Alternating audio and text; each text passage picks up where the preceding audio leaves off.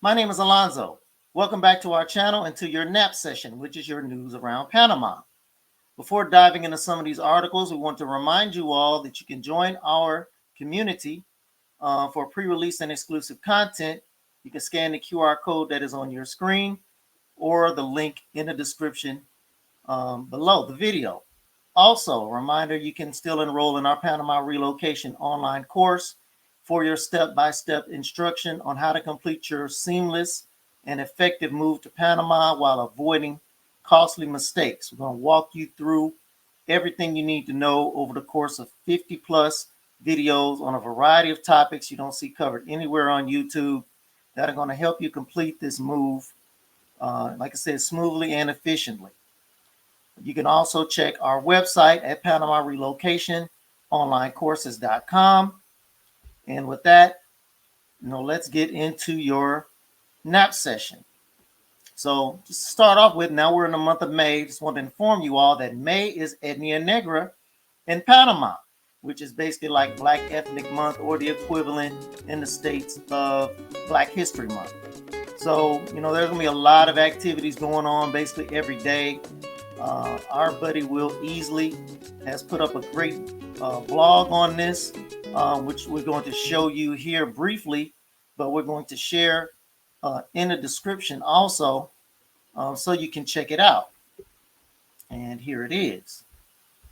So our buddy Will Easley over at Pan Amazing Tours, has a great blog here with a lot of information on Etnia Negra, the history, and a lot of the upcoming events. So if you are in Panama, going to be in Panama in the month of May, you're interested in attending any of these events, you can be able to check those out. Also, it's important to note here that Panama's national election is coming up here on May the 5th. So it's a very, very busy time here. There are a lot of candidates. We're going to show you again briefly here the candidates, but we'll also put a description in the description below, the link to this, which is Deciphering the Presidential Candidates. It kind of goes through the list of them and gives you a brief, a brief synopsis of each person, their qualifications, their background, etc. If you're interested in taking a look at that. So now let's dive into some of the news articles that's going on here. So, as related to the election, it's come out that Panama needs a credible fiscal plan. And this is due basically primarily to some concerns that people have going forward dealing with the situation with the mining company and the closing of the mining company. Panama was recently downgraded by Fitch. So they were recently downgraded to BB+. And here's the article on that. Fitch Ratings. This basically just says that this is due primarily to the Minera Panama copper mine closure. That complicates the fiscal outlook. So Fitch is expecting most likely the winners of the May 2024 elections to make some effort to address the fiscal challenges. However, a growth slowdown is still expected. So this is just something that some of these companies that do these financial gradings are waiting for the result of the election just to kind of see what the policy is going to be and what action is going to be taken going forward. Also, next story is scaffolding collapses in Costa Del Este with workers on it. These folks had to be rescued. So let's get you the article here on that one. And this was a very, very scary situation in Costa del Este with this scaffolding collapse. Here's the article. The workers were rescued. So here you see a still photo. And you got the one person hanging on here and the other guy sitting on top of the collapsed scaffolding.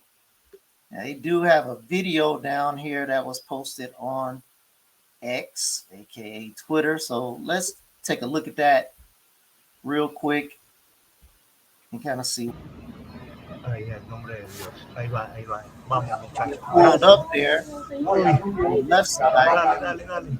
And after this, we're going to stop Ah, here bien, gracias shortly a Dios. after this, ladies and gentlemen, Amén. was press release. Amén, ya llegó. So thank God for that. It could have been a very, very bad situation. So the next article that we're going to hit on here is Panama opens the way for 5G network. So I'm not sure how many of you realize it, but up until now, Panama has not had 5G.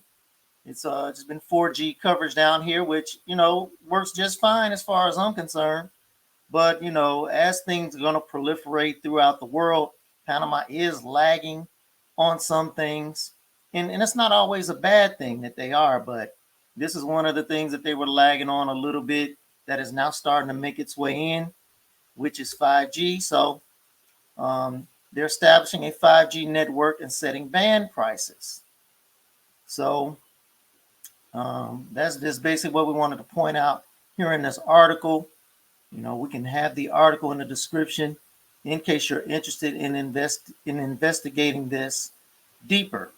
But according to 5G Americas, until 2023, there were already 14 operational 5G networks in 7 South American countries. Panama, of course, is in Central America. But it would not have landed on that list because it's just now arriving here. So just wanted to point that out for those who are interested in that. Next article. You may remember in our past NAP sessions, we mentioned to you that Panama is investing $2.8 billion in a metro line expansion. It's Metro Line 3. So that metro line is now 50% complete. We can see a lot of evidence of this. As you drive to and from city, you see the elevated rail lines and some of the stations that they've been working on. So let's take a look here at that article. There you go. Panama Metro line is now 50% complete. Monorail Line 3 will run for 25 kilometers from Albrook to the Ciudad del Futuro, what they're calling the city of the future. So this 26-car monorail train fleet that is being supplied by Hitachi. This portion of the contract was awarded to a Japanese consortium that was $883 million in 2020. So as part of this is also where they're digging a tunnel underneath the Panama Canal, which is about a 6-kilometer long tunnel. So Line 3 is expected to carry 160,000 passengers per day.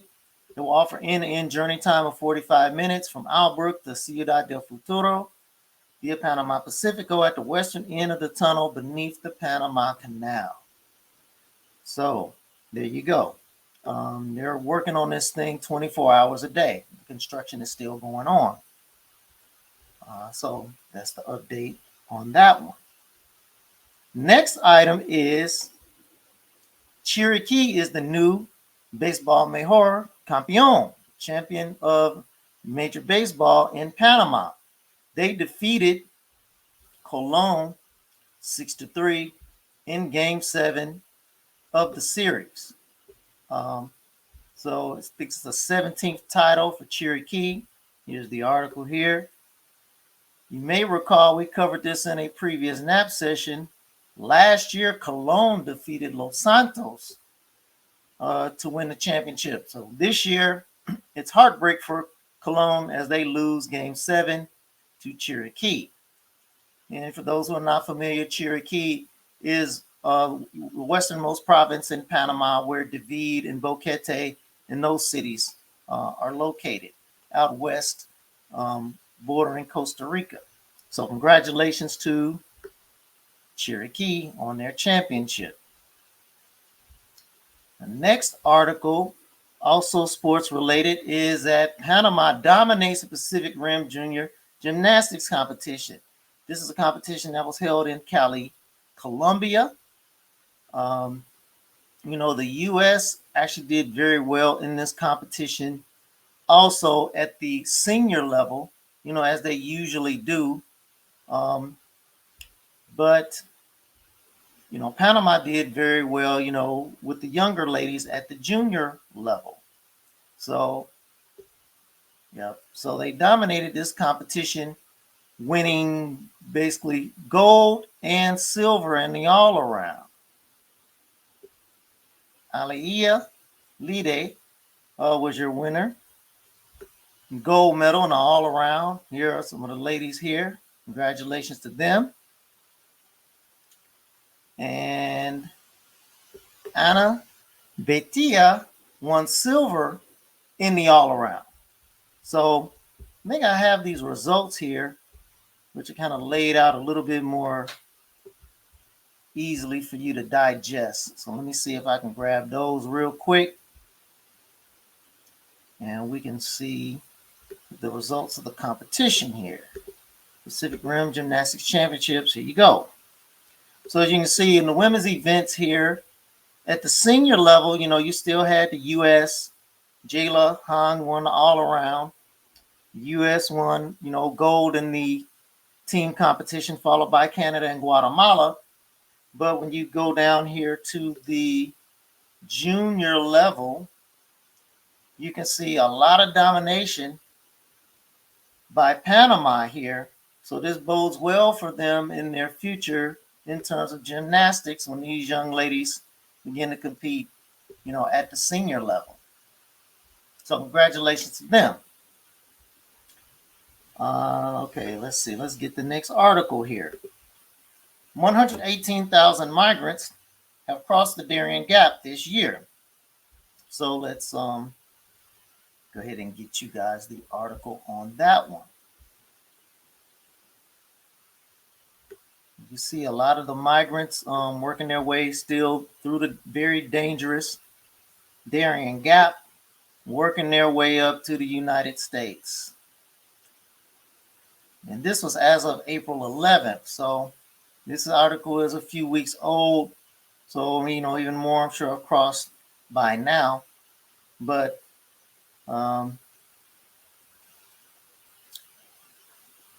there's several thousand that have crossed. In the last 4 years, Panama has registered a high number of migrants crossing the Darien jungle with the aim of reaching North America.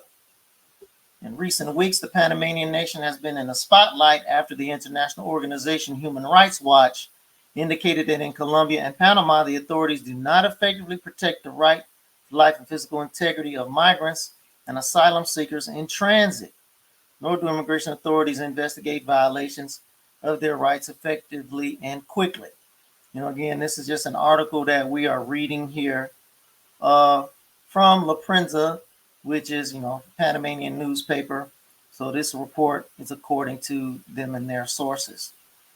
In 2023, Panama Migration registered record number 520,085 irregular travelers who entered through Darien. Most of them were Venezuelans, due to the economic situation there in Venezuela.